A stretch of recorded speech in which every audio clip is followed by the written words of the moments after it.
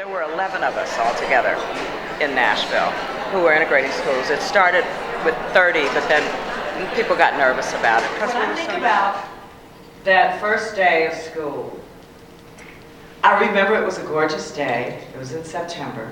And I remember there was a great big deal made out of me going to school. You know, after Brown versus the Board of Education, it took a little while for the South to actually agree with it. And in some states, they decided to start in high school. In Little Rock, they started with high school kids. Nashville decided to start with first grade. And as a result, of course, every grade I was in, that was as high as integration went. went. A special program for a bunch of us who were going to the first grade at this university. Somebody from the Nashville Tennessean came and took my picture. My picture was in the paper. And I just thought, oh, it's just because I'm going to be in the first grade. Well, I was 6, so I was like very excited about being in school, about being in the first grade. There were little things that I started to notice, you know, because there were like more social things. The social life of a 6-year-old. Birthdays and things like that I wasn't invited to. Brownies when I was in the 3rd grade. There was stuff like that that are important to a child that I realized I was excluded from. My mother after school, and she had a daughter in the 2nd grade, Polly.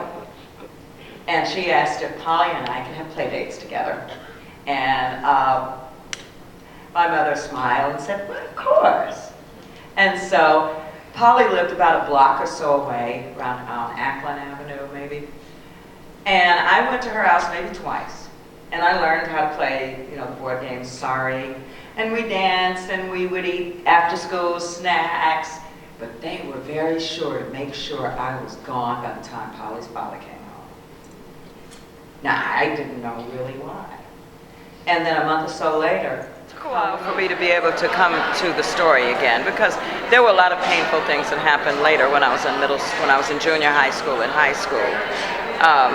But yes, I am proud that I was a part of that I was part of the civil rights movement in Nashville. In front of Plymouth School, holding my father's hand, looking up at that building. Yes, I'm going to go here anyway. We went in.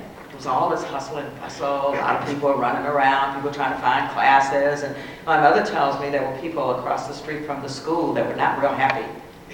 And they were yelling things, and they had signs and things like that. But I was totally oblivious to that.